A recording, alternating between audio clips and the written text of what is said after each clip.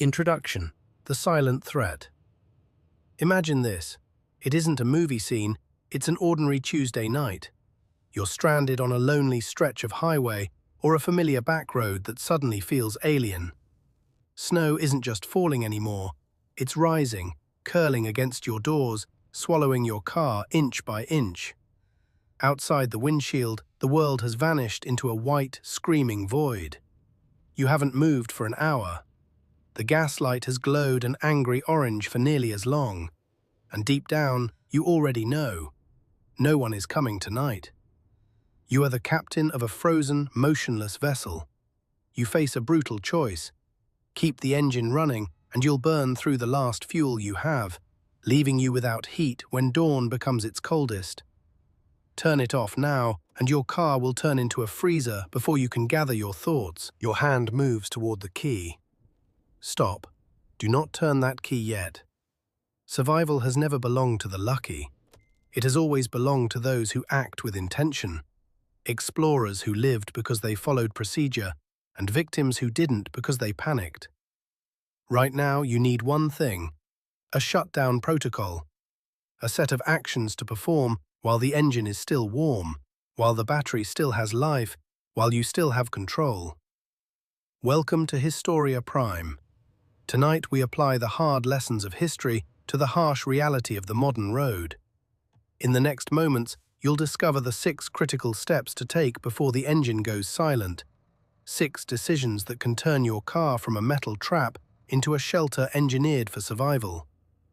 The storm is unforgiving, but you won't face it unprepared.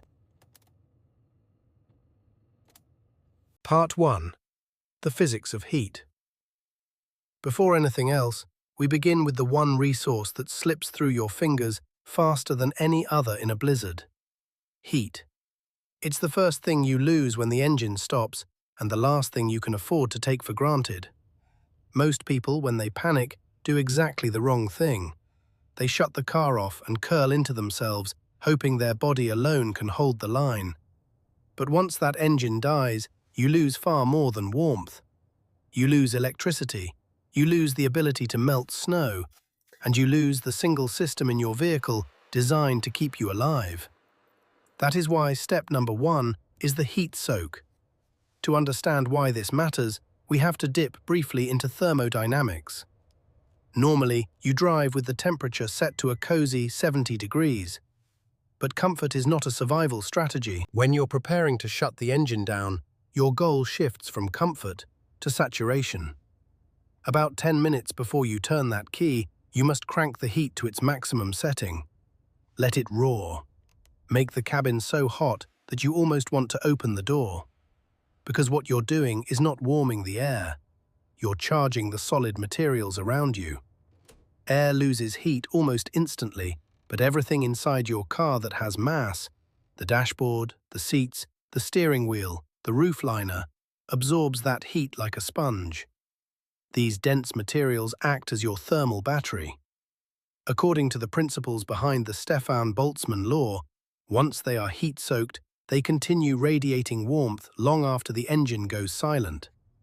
This extra hour of retained heat may be the very hour that keeps you alive. And while the car is pumping out this final blast of energy, you should be multitasking. If you have metal cups or water bottles, fill them with snow and place them in front of the vents. Let the machine do the melting for you now while it still can. Trying to melt snow with your own body later is a direct path to hypothermia. This moment, the heat soak, is your first line of defense.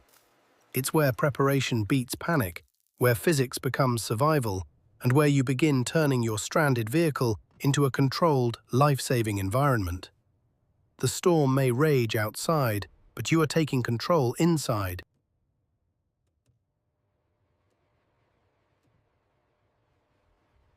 Part 2. The Digital Lifeline and a Dangerous Myth. The second step is about your connection to the world beyond the storm. Because the moment your engine shuts down, your alternator shuts down with it, and suddenly every second of battery life, car battery or phone battery, begins slipping away faster than you expect.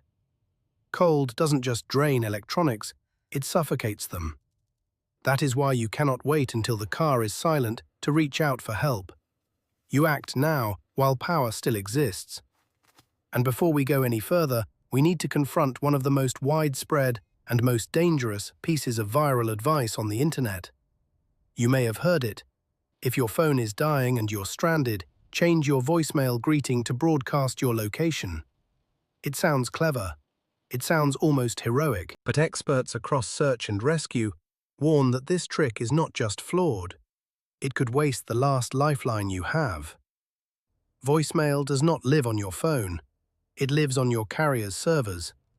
To change it, you must call into the system, navigate menus, and record a message. If you have no signal, the entire idea collapses instantly. And even if you do have a signal, burning precious battery minutes to call your own voicemail is a dangerous misallocation of the only power source connecting you to rescue. So what should you do? You perform what survival teams call a digital audit. First, check your signal. If you have any at all, even a single flicker, send a text to 911. Many emergency systems now accept text messages, and unlike a voice call, a text requires only a brief burst of connection. It can slip through the atmosphere in seconds, even when a call would fail again and again. If you contact family or friends, be crisp and exact. Send your location, send your condition, send your plan. Tell them you are staying with the vehicle because rescuers find cars far more reliably than they find people walking in whiteout conditions. And once those messages are sent, you shift into conservation mode. Close every app, turn off Bluetooth, turn off Wi-Fi. Keep your phone against your body for warmth because lithium-ion batteries bleed energy in the cold like a wound. Your phone is no longer a convenience, it is your lifeline. Treat it like gold. In survival, clarity beats myth and precision beats panic. And in this storm, your digital connection, managed wisely, may become the thin thread that guides rescuers straight to you. Part 3. The Kill Zone. Step number 3 forces you to do something uncomfortable. You have to step out into the storm you've been hiding from. It feels wrong to leave the pocket of warmth you just created, but this step is not optional. Your survival depends on clearing what experts call the kill zone. When a vehicle sits still in a blizzard, the snow doesn't simply fall.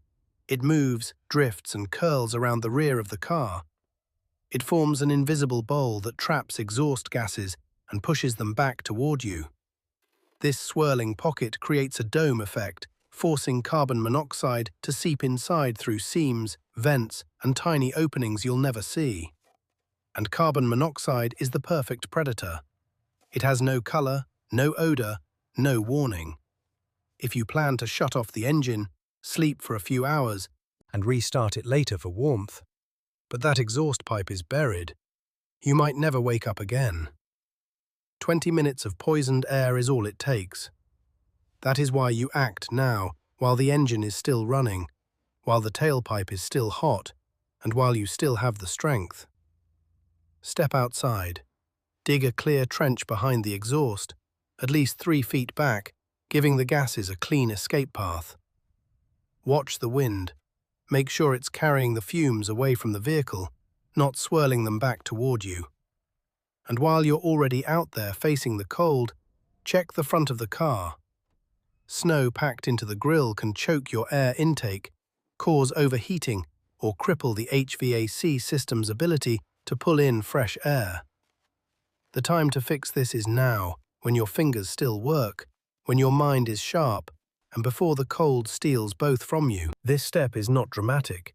It doesn't feel heroic, but in a storm, survival rarely looks like heroism. It looks like discipline. It looks like clearing snow in the dark, because the cost of ignoring it is everything.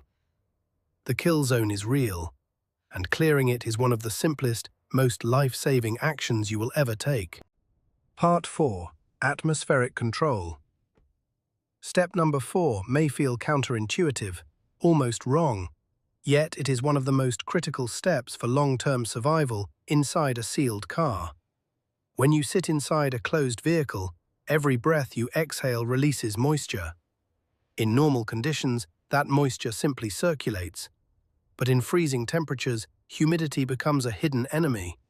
It settles into your clothes, it seeps into your blankets, and it creates what survival experts call the damp chill, air that feels colder than the temperature itself, and insulation that slowly loses its power. And moisture doesn't just attack comfort, it attacks systems. Engineers studying electric vehicles have found that rapid temperature drops can create a slight vacuum inside enclosed components, pulling humid air into electronics and causing failures. While that phenomenon is specific to EVs, the underlying principle, that trapped moisture becomes a threat, applies to any survival situation inside a car. This is why, in the final 10 minutes before shutting your engine down, you perform a small but powerful trick. You run the heater and the air conditioner at the same time. It sounds absurd. A blizzard rages outside, and here you are pressing the AC button. But the AC system is designed as a dehumidifier. It strips moisture from the cabin air before heating that air and releasing it back into the space. What you're creating is not just heat, it's dry heat, the kind that keeps your insulation effective and prevents frost from forming across the inside of your windows. And there is one more detail before you turn the key. You crack a window, just a sliver, on the downwind side. It feels like the opposite of survival, letting cold air in. But what you're actually doing is allowing a controlled exchange of air. This prevents carbon monoxide from building up, keeps humidity from rising, and ensures that your survival cocoon breathes just enough to stay safe. It is a tiny sacrifice of warmth for a massive boost in safety and endurance.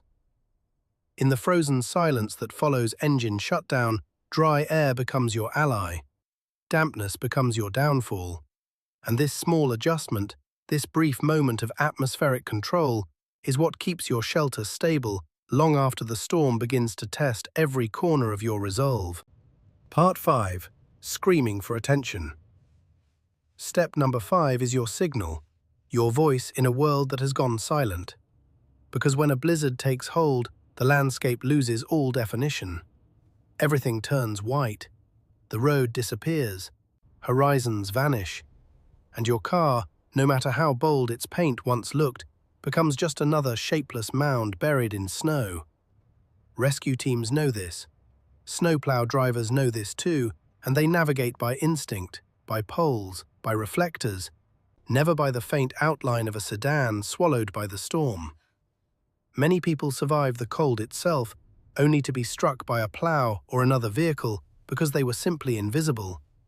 That is why, before you kill the engine, you must make your car impossible to ignore. You must make it scream for attention. To do this, you rely on one of the oldest principles in survival science: contrast. In a world of white, anything dark or bright becomes a flare in the night. So if you have a hazard triangle, set it out. But more importantly, look for color, anything loud enough to break the monotony. A red scarf, a neon jacket, a yellow grocery bag.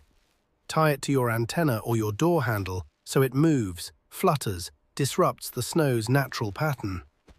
Search and rescue teams are trained to scan for shapes and colors that don't belong in nature. Give them something to see. If the snowfall has eased for even a moment, clear the roof and the hood. A visible car can be spotted from the air, especially by emergency crews flying low through the storm's aftermath. A snow-covered car, on the other hand, erases itself from existence. And finally, a warning about battery use. Your flashes feel like the easiest signal, but in survival, easy often becomes dangerous. Hazard lights will drain your battery quickly, leaving you with no power to start the engine later. Save them for the critical moment, when you see headlights approaching or hear a vehicle in the distance. Until then, rely on physical markers, passive signals that never run out of energy. In a storm that buries everything in silence and white, your ability to be seen becomes as important as your ability to stay warm. Visibility is survival, and this step ensures that when help comes, and it will come, it can find you before the snow erases you from the world. Part 6. Traction and Positioning. Step number 6 is your exit strategy, the preparation you make now for the moment the storm finally loosens its grip. Because while you may be stuck at this very second, snowstorms always end. Roads reopen, engines restart, help arrives. And when that moment comes, you do not want your vehicle frozen solid in the exact spot where the blizzard pinned it.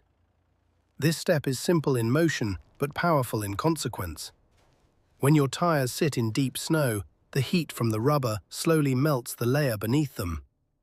As soon as you shut the engine off, that thin pocket of melted snow refreezes into hard ice. The result is a perfect trap, a bowl of slick, frozen glass that locks your tires in place. Many motorists discover too late that the storm has passed, but their vehicle cannot move an inch. That is why, before shutting down, you gently rock the car forward and backward, just a few inches at a time. You aren't trying to escape the storm. You're carving a small, compressed track beneath your wheels. This rocking method prevents the ice bowl from forming and buys you precious mobility later. The key is restraint.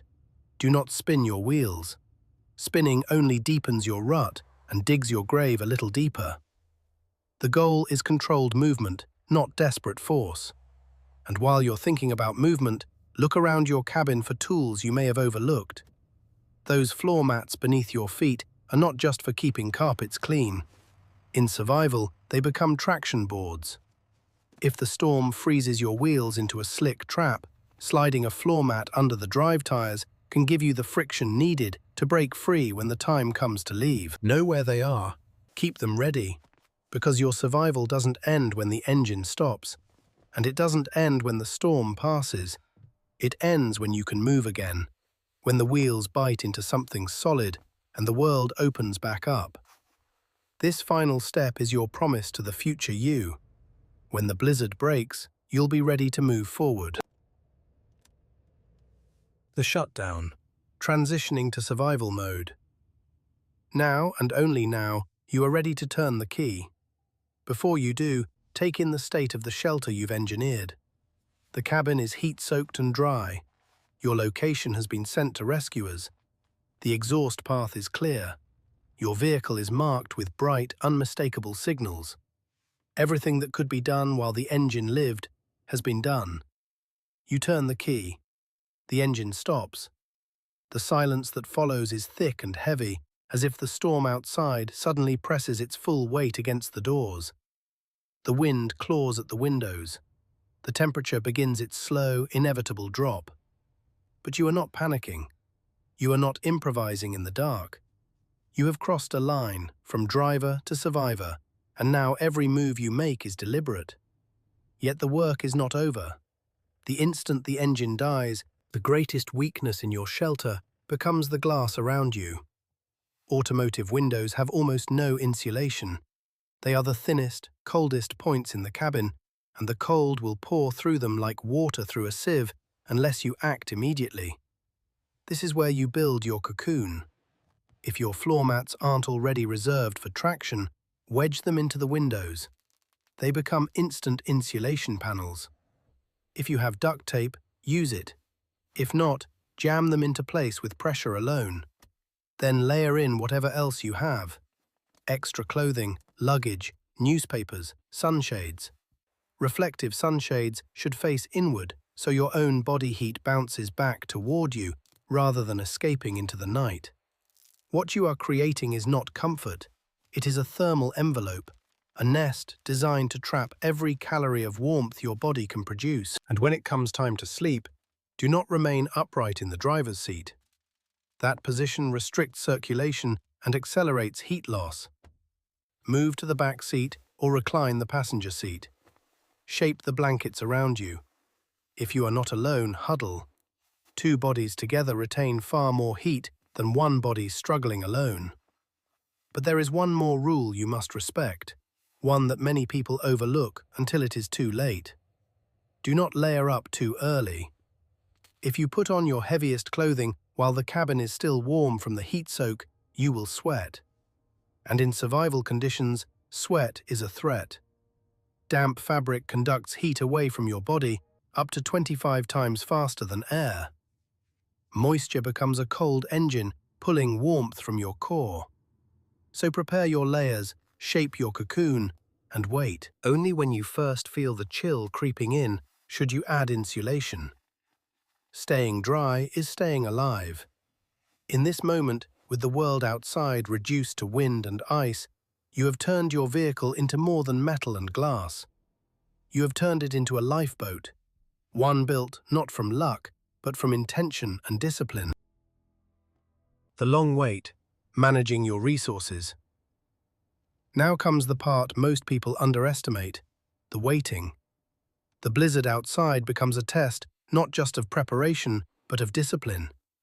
You are no longer fighting the storm head-on, you are managing time, managing your body, and managing the fragile environment you've built inside your vehicle. To survive the long wait, you need a routine that keeps your mind sharp and your body alive. The first pillar of that routine is the 10-minute rule. Depending on your fuel levels, you should only restart the engine for about 10 minutes every hour. Some survival experts are even more conservative, recommending a quick heat cycle every 3 or 4 hours if fuel is dangerously low. But whenever you do restart the engine, you must treat it like a ritual. Check the tailpipe first. Clear any new snow. Crack the window just enough for airflow. Then blast the heat to recharge the thermal mass inside your car. And during these precious minutes, plug in your phone. Every percentage point of battery matters. Next is hydration, something many people overlook because they don't feel thirsty in the cold. But cold air is incredibly dry. Every breath you exhale loses moisture, and dehydration thickens your blood. That slows circulation, increases the risk of frostbite, and makes hypothermia far more aggressive. You have to drink. If your water supply runs out, you melt snow. But you never eat snow directly, no matter how tempting it feels. Your body wastes precious heat melting it internally, dropping your core temperature at the worst possible time. Instead, place a bottle of snow on the dash during your heat cycle or melt it over a small candle in a metal container if your kit allows. Safe water is survival, cold water is sabotage. Then there is nutrition. Your body is not static. It is a furnace fighting to keep your core warm, and every shiver you feel is your muscles burning energy to keep you alive. That means fuel.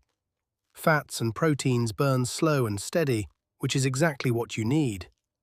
Nuts, jerky, chocolate.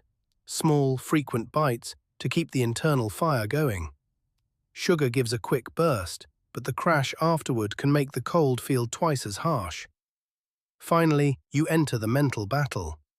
Survival is as psychological as it is physical. Panic narrows your vision and steals smart decisions from your hands. So you use the OODA loop. Observe, orient, decide, act. Listen to the wind. Watch for breaks in the snowfall. Track the temperature on your phone or dashboard. Turn your mind into a tool rather than a passenger. And if you're stranded with others, talk. Share stories, jokes, plans for tomorrow. Morale is heat. Shared laughter can warm a cold shelter more than people realize. If you're alone, narrate your actions. Walk through your plans out loud. Keep your mind focused on structure, not fear. In the long wait, survival is no longer about doing big things. It's about doing small things consistently, wisely, and calmly. The storm tests your endurance, but your routine, the rhythm you build inside that silent, frozen world, is what carries you through until rescue arrives or morning breaks. Conclusion. The survivor's mindset. In the end, survival has never belonged to the strongest. History has shown over and over again that the people who outlast the fury of nature are the ones who prepare, who adapt, and who conserve their energy with intention. From Antarctic explorers carving shelter out of ice to the pioneers who crossed mountains with nothing but grit and discipline, the principles remain unchanged. Intelligence, not brute force, is what keeps human beings alive. Being stranded in a blizzard awakens a very old fear. The silence outside, the crushing cold, the darkness creeping across the windows. It all works to convince you that you are small and powerless. Yet the truth is very different. By following the 6 steps we've walked through, heat soak, digital audit, exhaust clearance, moisture control, visual signaling, and traction preparation, you reclaim control. You turn chaos into procedure and fear into strategy. You stop being a passenger in the storm. You become the master of your environment. Preparation is the only insurance in the world that pays out instantly. So before the next winter front rolls in, open your trunk and take inventory. Do you have a shovel, a blanket, a bright red cloth? The small items that seem insignificant now become the tools that decide everything when the snow begins to rise. Stay warm, stay safe, and never stop learning how to survive a world that can turn hostile without warning. This is Historia Prime. If this winter deep dive helped sharpen your instincts, share your own cold weather tips in the comments below. And remember to subscribe for more lessons from the past, lessons that may one day save your future.